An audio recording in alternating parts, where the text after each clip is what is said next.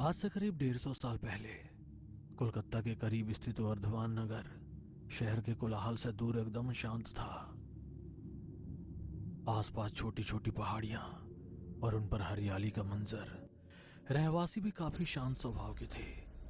कुल मिलाकर वहां रहने वाले लोगों के लिए जन्नत की तरह थी। कई लोगों ने तो वहां पर मकान सिर्फ इसलिए बनाए थे कि वीकेंड में जाकर शांति से रह सकें। मगर अब उस कॉलोनी के आसपास काफी मनहूसियत ने कब्जा कर लिया था।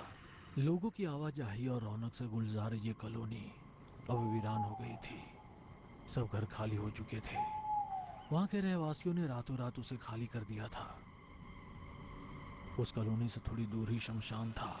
लोगों का मानना था किसी तांत्रिक ने उस शमशान को जिंदा कर दिया है। इस कारण अक्सर कॉलोनी के लोगों का भटकती हुई आत्मा या फिर चलती फिरती लाशों से सामना हो जाता। रात रात भर किसी के रोने की आवाज आती। अब वहां के रहवासी वहां शांति से रह नहीं पा रहे थे, इसलिए कॉलोनी उजड़ गई थी। लोगों ने सिद्ध पुरुषों की मदद से उस शमशान की सीमा को बांध दिया। अब वहां से केवल आवाजें आती। कोई भी आत्मा उस शमशान से बाहर नहीं आ पा रही थी। धीरे धीरे वर्धमान नगर कोलकाता की सीमा से लग गया। इस कारण वो नगर दोबारा बसने लगा था। मगर पुराने कोई भी लोग लौट कर नहीं आए थे। अब केवल कोलकाता से बाहर से आने वाले लोग ही वहां किराए में घर लेकर रहते थे। ऐसे ही एक घर में अभिमन्यु, मृदुल और मनीष 3 दोस्त रहते थे। बिहार के चंपारण से आए हुए वे लोग यहाँ कॉलेज की पढ़ाई कर रहे थे। उन्हें यहाँ का पास्ट पता नहीं था। एक रात वे लोग देर तक पढ़ाई कर रहे थे। यार, अब तो सर दर्द हो रहा है। अच्छी सी चाय मिल जाए तो मजा आ जाए। तूने तो मेरे मन की बात कह दी। मैं भी यही सोच रहा था, मगर आज मैं दूध लाना भूल गया। घर पर दूध नहीं है। कोई बात नहीं, कॉलोनी से बाहर एक चाय की दुकान है जो देर रात तक खुली रहती है। वहां चलकर चाय पी लेते हैं। रात के 2 बज रहे हैं। इस वक्त घर से बाहर जाना ठीक नहीं होगा। तुमने तो सुना है इस कॉलोनी में पहले आत्माएं भटकती थी। उसकी बातें सुनकर मनीष और अभिमन्यु दोनों जोरों से हंसने लगे और बोले,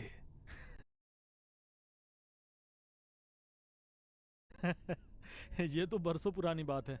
वो आत्माएं तो अब तक मुक्त हो गई होंगी। हम लोग इतने दिनों से यहाँ पर रह रहे हैं। तेरा कभी किसी आत्मा से सामना हुआ? और वो शमशान जो आत्माओं के कारण बदनाम था, वो जगह तो पूरी तरह से वीरान हो चुका है। शमशान नहीं, यहाँ के लोग उसे आखिरी पड़ाव कहते हैं। इंसान के जीवन का आखिरी पड़ाव। मेरी मानो तो हम लोगों का बाहर जाना ठीक नहीं होगा। यार, तू तो कॉलेज में आने के बावजूद भी छोटे बच्चों की तरह डर रहा है। भूत प्रेत की कहानी दादी माँ छोटे बच्चों को डराने के लिए सुनाती है। ये आखिरी पड़ाव वाला किस्सा भी किसी दादी माँ के दिमाग की उपज होगी। चल चुपचाप बाहर, कुछ भी नहीं होगा। उन तीनों की गाड़ी जैसे ही शमशान के सामने से निकली, उन्हें शमशान के भीतर एक रोशनी नजर आने लगी। ऐसा लग रहा था मानो बहुत सारे हीरे मोती एक साथ झिलमिल कर रहे हों। यार, गाड़ी रोक और उस तरफ देख। और अभिमन्यु की उंगली के इशारे की तरफ देखने लगा। एकदम से इतनी तेज चमक देखकर उसकी भी आंखें चमक उठी। आखिरी पड़ाव यानी कि शमशान में इतने सारे हीरे मोती कहाँ से आ गए? हम लोग तो पहले भी कई बार यहाँ से निकले हैं, मगर ये नज़ारा पहले कभी नहीं देखा। हो सकता है यहाँ के बारे में जो अफवाह उड़ती है, इसका फायदा उठाकर किसी गैंगस्टर ने अपना 2 नंबर का माल यहाँ पर छुपा दिया हो। हमें चलकर देखना चाहिए। हो सकता है हम माला माल हो जाएं। अभिमन्यु की बात सुनकर मनीष भी हाँ में हाँ मिलाने लगा, मगर मृदुल ने उन लोगों को मना किया। उन दोनों ने उसकी बात नहीं मानी। जैसे ही वे लोग उस दरवाजे के पास पहुंचे, तेज हवाएं चलने लगी और आसमान का रंग सुर्ख लाल हो गया था। यह देखकर मृदुल ने उन लोगों का हाथ पकड़कर उन लोगों को आगे जाने से रोकने लगा, मगर अपना हाथ झटके से छुड़ा लिया। दरवाजा मौली के पुराने धागे से बंधा हुआ था।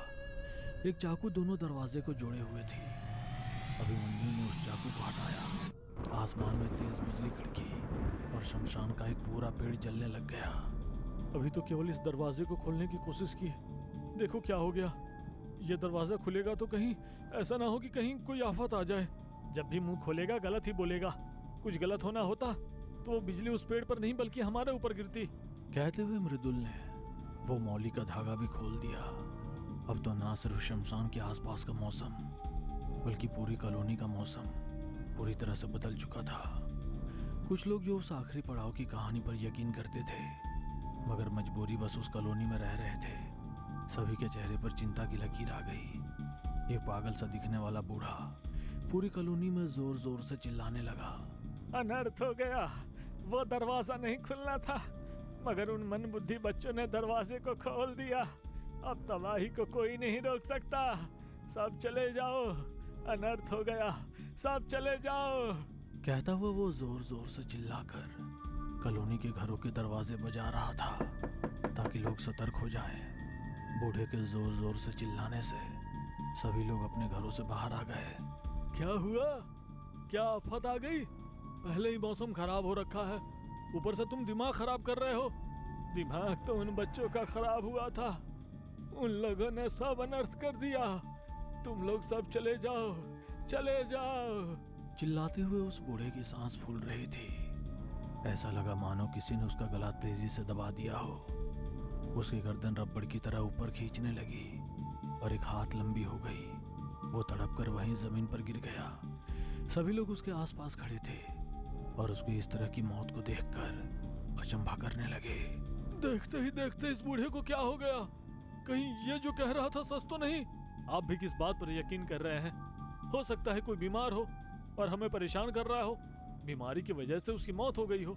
चलो, वैसे भी मौसम बहुत खराब हो रहा है, अपने अपने घर में चलो। उस व्यक्ति ने सभी लोगों को वापस अपने अपने घरों में भेज दिया, मगर 2-3 बुजुर्ग जिन्हें यकीन था कि कुछ तो गलत हुआ है, वे लोग उस आखिरी पड़ाव की ओर बढ़ने लगे।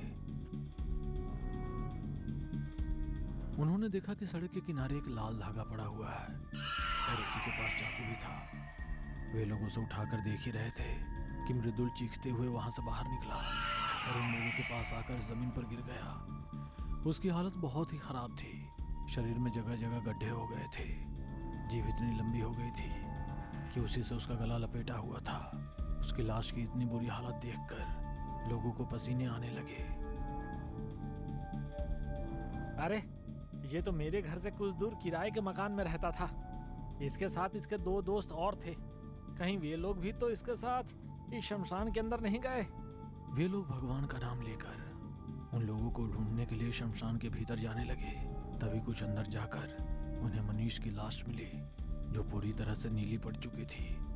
उसकी आंखें बाहर निकली हुई और गर्दन तिरछी थी। हे भगवान, इन बच्चों ने क्या अनर्थ कर दिया। खुद तो मौत के दरवाजे पर पहुंचे ही और लोगों के लिए भी मौत का द्वार खोल दिया।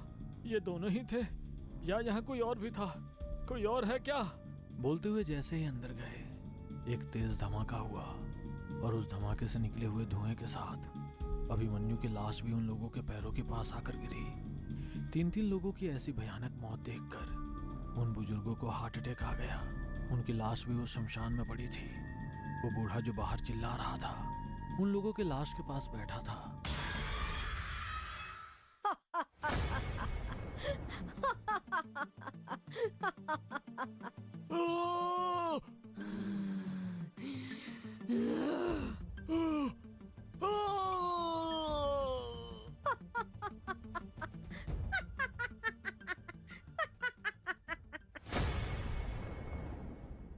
जब आयुष की आंख खुली तो वह हॉस्पिटल के वार्ड में लेटा हुआ था।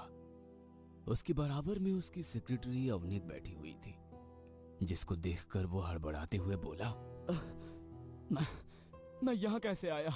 और मोहिनी कहाँ है? वो ठीक तो है ना? सर, आप प्लीज मोहिनी मैम के बारे में कुछ मत सोचिए। नहीं अवनीत, मुझे बताओ, वरना मैं अभी उठकर खुद उसके पास जा रहा हूँ। सुनकर अवनीत ने एक लंबी सांस भरी और कहा, मोहिनी मैम की कार एक्सीडेंट में मौत हो चुकी है सर, और आप एक्सीडेंट साइट पर बेहोशी की हालत में पाए गए थे। नहीं! सुनकर आयुष जोर से चिल्लाकर रो पड़ा और बोला,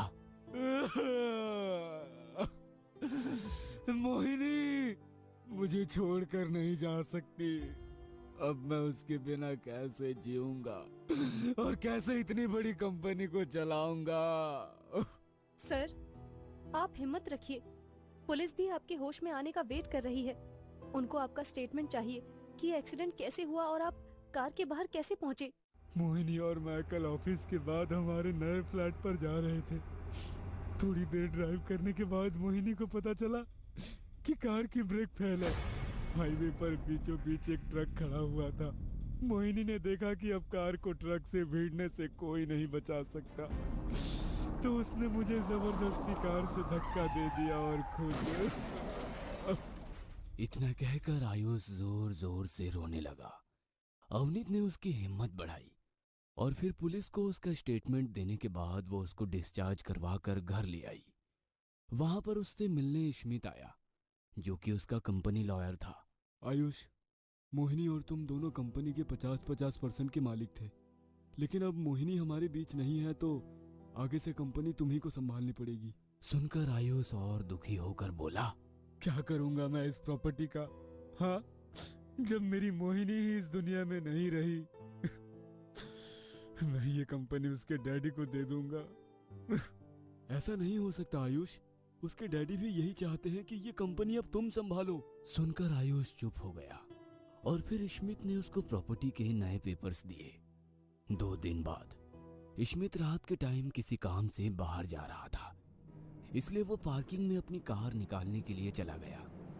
अचानक पार्किंग की लाइट्स ब्लिंक करने लगी। ये क्या हो रहा है? गार्ड! उसने गार्ड को आवाज लगाई, लेकिन वहां कोई नहीं था।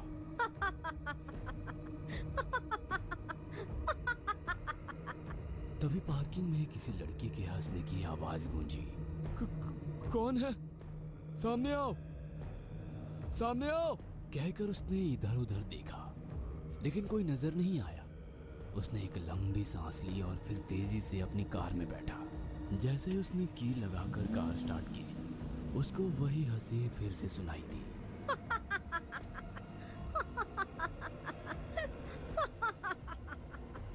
उसकी नजर जब रियर व्यू मिरर पर पड़ी, तो ये देखकर उसकी आंखें फटी की फटी रह गई और सांस तेज तेज चलने लगी। पीछे वाली सीट पर मोहिनी बैठी हुई थी। उसके खुले बाल हवा में लहरा रहे थे और उसका आधा चेहरा झुलसा हुआ बहुत भयानक लग रहा था। बचाओ! बचाओ! कहकर वो कार से बाहर निकलने के लिए दरवाजा खोलने लगा, लेकिन मोहिनी ने पीछे से उसका गला पकड़ लिया और कस के दबाने लगी। वह चिल्लाने लगा और खुद को छुड़ाने के लिए हाथ पैर मारने लगा। थोड़ी देर बाद जब उसकी आंखें बंद होने को आई, तो उसने उसका गला छोड़ दिया। वह तेजी से कार से बाहर निकला और शटर की तरफ भागने लगा। उसने देखा कि शटर अपने आप बंद होने लगा है, तो डर के मारे उसने अपनी स्पीड बढ़ा दी, लेकिन उसके वहां पहुंचने से पहले ही शटर पूरी तरह बंद हो गया। जैसे ही उसने पीछे मुड़कर देखा, मोहिनी बिल्कुल करीब खड़ी थी। उसके भयानक चेहरे को बिल्कुल अपने करीब देखकर स्मित की चीख निकल पड़ी। मोहिनी ने भयानक आवाज करते हुए स्मित की पॉकेट में लगा पेन निकाला और उसकी एक आंख में मार डाला। स्मित चिल्लाया और मोहिनी भयानक अंदाज में हंसने लगी। इतने में फिर उसने वही पेन दूसरी आंखों में मारकर उसको अंधा कर दिया। स्मित अब नीचे गिरकर जमीन टटोलने लगा। वो अब कुछ भी देखने लायक नहीं बचा था। उसको थोड़ी देर तक इसी तरह तड़पता मचलता देखने के बाद मोहिनी ने वही पेन उसके गले के अंदर मारकर छोड़ दिया। पेन आधे से ज्यादा उसके गले के अंदर समा गया और स्मित की मौत हो गई।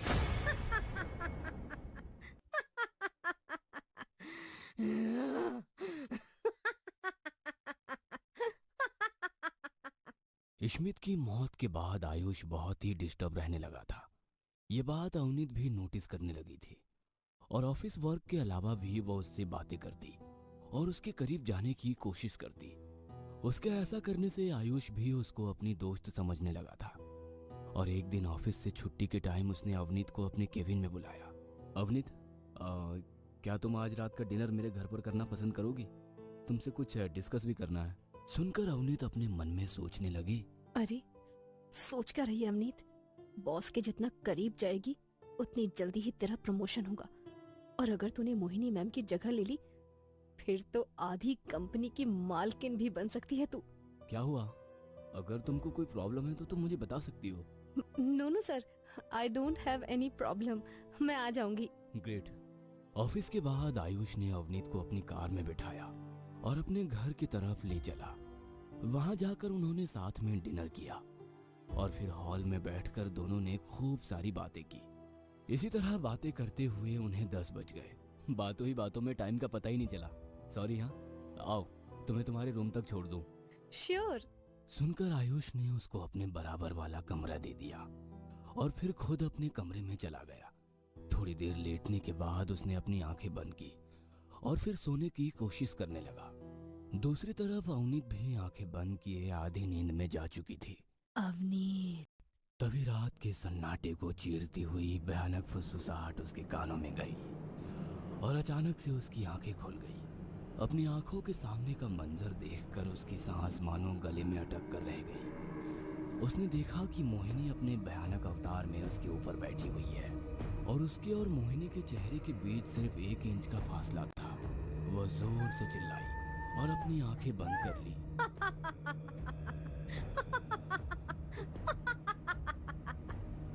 थोड़ी देर तक उसकी भयानक हंसी की आवाज रूम में गूंजती रही। फिर उसको महसूस हुआ कि वो आवाज बंद हो चुकी है, तो उसने डरते हुए फिर से आंखें खोली। अब सब कुछ शांत था और कमरे में उसके अलावा कोई नहीं था। वह जल्दी से बेड से उठी और सीधा आयुष के कमरे की तरफ चल गई। दरवाजे पर नॉक करने की आवाज से आयुष ने आंखें खोली। आयुष सर, प्लीज प्लीज दरवाजा खोलो, प्लीज खोलिए। अवनीत की आवाज सुनकर आयुष जल्दी से खड़ा हुआ और दरवाजा खोला। सामने अवनीत को डरी हुई हालत में खड़ा देख वो भी परेशान हो गया और अवनीत डर के मारे उससे लिपट गई। सर सर, वो बहुत भयानक थी। मोहिनी मैम मेरे रूम में। वो इतनी डरी हुई थी कि उसके मुंह से बात भी आधी अधूरी निकल रही थी। उसके मुंह से मोहिनी का नाम सुनकर आयुष चौंक पड़ा और बोला, तुम ये क्या कह रही हो? मोहिनी? आयुष ने इतना ही कहा था कि उसके कमरे की लाइट्स अपने आप बंद हो गई। लग जा गले के फिर हंसी रात हो न हो, शायद फिर से जन्म में मुलाकात हो न हो। और मोहिनी के गाने की आवाज उसके पूरे घर में गूंजने लगी। क्यों आयुष, यही गाना था ना वो जो तुम मुझे बड़े प्यार से सुनाया करते थे। अब इसकी आवाज से क्यों डर रहे हो? बोलो। सर प्लीज प्लीज यहाँ से चलिए सर, मुझे यहाँ बहुत डर लग रहा है। प्लीज सर चलिए प्लीज। अब आयुष भी काफी डरा हुआ नजर आ रहा था, इसलिए देर ना करते हुए अवनीत को साथ लिए वो घर से बाहर निकला। बाहर की लाइट्स भी ब्लिंक कर रही थी। सामने उसकी कार खड़ी थी। जल्दी से कार में बैठो। उसने अवनीत को कार में बैठाया और खुद ड्राइव करने लगा। थोड़ी देर तक दोनों में से कोई कुछ नहीं बोला। फिर अवनीत पूछने लगी, सर आप मुझे बताइए कि मोहिनी की आत्मा वापस क्यों आई है और वो हम दोनों को ऐसे क्यों डरा रही है? सुनकर आयुष ने सोचा कि अब वो सच को और नहीं छिपा सकता, तो उसने ड्राइव करते हुए ही उसको बताना शुरू किया। वो इसलिए वापस आई है क्योंकि उसके मौत के पीछे मेरा ही हाथ था। एक्सीडेंट से पहले उसकी कार के ब्रेक मैंने ही फेल करवाए थे। सुनकर अवनीत शॉक्ड हो गई और बोली, लेकिन आपने ऐसा क्यों किया? और जो आपने स्टेटमेंट में दिया था वो सब क्या था? वो सब झूठ था। असल में मैं मोहिनी से प्यार नहीं करता था, सिर्फ उसकी प्रॉपर्टी की वजह से उसके साथ रिलेशनशिप में था और उसने मुझे 50% का पार्टनर भी बना दिया था। लेकिन मुझे पूरी कंपनी का मालिक बनना था और उसके बाद मोहिनी से ब्रेकअप करके मैं अपनी लाइफ को अपने तरीके से जीना चाहता था। इसलिए मैंने उसको अपने रास्ते से हटाना ही सही समझा। उस दिन मैंने कार के ब्रेक पहले ही फेल करवा दिए थे और जब मोहिनी कार में बैठी तो उसकी सीट बेल्ट भी कस के उसको बांध दी। मैंने उसको इस तरह से टाइट कर दिया था कि उसको खोलने में उसको घंटों लग जाते। जब उसने ब्रेक लगाने चाहे तब उसको पता चला कि ब्रेक फेल है। सामने मेरे प्लान के मुताबिक पहले से ही एक ट्रक खड़ा था और कार उससे टकराने वाली थी। मैंने दरवाजा खोला और चलती कार से कूद गया, लेकिन मोहिनी सीट बेल्ट बंधी होने की वजह से अपनी जगह से उठ नहीं सकती थी। कार तेजी से ट्रक से टकराई और उसकी मौत हो गई। होश आने पर मैंने सबको यही बताया कि मोहिनी ने मुझे धक्का दे दिया था और खुद बचाते हुए हादसे का शिकार हो गई। लेकिन सच यही था, ये एक प्लान था जिसको सक्सेसफुल बनाने में इश्मित ने मेरी हेल्प की थी। यकीन नहीं होता कि आप ऐसा कर सकते हैं सर। इसका मतलब है कि इश्मीत को भी मोहिनी की आत्मा ने ही मारा होगा। देखो, मैंने ये सब तुमको एक फ्रेंड समझकर बताया है, लेकिन शायद तुम ये सब पुलिस को बताने वाली हो। ऐसा नहीं है सर, मैं किसी को कुछ भी नहीं बताने वाली हूँ। गली के फिर हंसी रात हो न हो, शायद फिर से जन्म में मुलाकात हो न हो। अवनीत की बात बीच में ही अधूरी रह गई जब उन दोनों को फिर से मोहिनी की आवाज सुनाई दी। दोनों ने एक साथ पीछे पलटकर देखा तो उनकी चीख निकल पड़ी। मोहिनी पीछे वाली सीट पर अपने भयानक अवतार में बैठे गाने गा रही थी। आयुष ने कार के ब्रेक लगाने चाहे तो वो फेल हो चुके थे और भी स्पीड अपने आप बढ़ती जा रही थी। आयुष ने देखा कि सामने से एक ट्रक आ रहा है तो उसने उससे बचने के लिए स्टीयरिंग घुमाया, लेकिन ये क्या, उस टाइम स्टीयरिंग भी फेल हो गया और कार तेज रफ्तार से उस ट्रक की तरफ बढ़ने लगी। ये देखकर अवनीत डर गई और बोली, मोहिनी मैम, प्लीज प्लीज मुझे छोड़ दीजिए। आपकी जान इस आयुष की वजह से गई थी, आप मुझे क्यों मार रही हैं? तुम मेरे मरने के बाद मेरी जगह लेने की सोच रही थी ना? तो तुम में और इसमें फर्क ही क्या है? तुम दोनों लालच के भूखे हो, इसीलिए तुम दोनों की मौत आज तय है। यह सुनकर आयुष ने सोचा कि वो पिछली बार की तरह कार से कूदकर अपनी जान बचा सकता है, लेकिन जैसे ही उसने ऐसा करना चाहा, उसकी सीट पर लगी सीट बेल्ट अपने आप उसके शरीर पर आ लगी और फिर अवनीत के साथ भी ऐसा ही हुआ। अब वो दोनों अपनी जगह से हिल नहीं सकते थे, ना ही वो कार को रोक सकते थे और ना ही स्टीयरिंग मूव करके सामने से आ रहे ट्रक से खुद को बचा सकते थे। आयुष को इस तरह खौफ से भरा और परेशान देखकर मोहिनी की आत्मा जोर जोर से हंसने लगी और बोली, अब पता चल रहा होगा कि मुझे उस वक्त कैसा महसूस हुआ था आयुष। मुझे तो कुछ सोचने और समझने का मौका भी नहीं मिला था, लेकिन तुम तुम्हारी मौत आराम से देखोगे। इतना कहकर उसने कार की स्पीड फुल कर दी। अवनीत और आयुष दोनों चिल्लाने लगे, उससे माफी मांगने लगे, लेकिन उस पर किसी बात का कोई असर नहीं हो रहा था। कार तेज रफ्तार के साथ ट्रक से पूरी तरह भिड़ी और उसके अंदर बैठे अवनीत और आयुष की मौके पर ही मौत हो गई।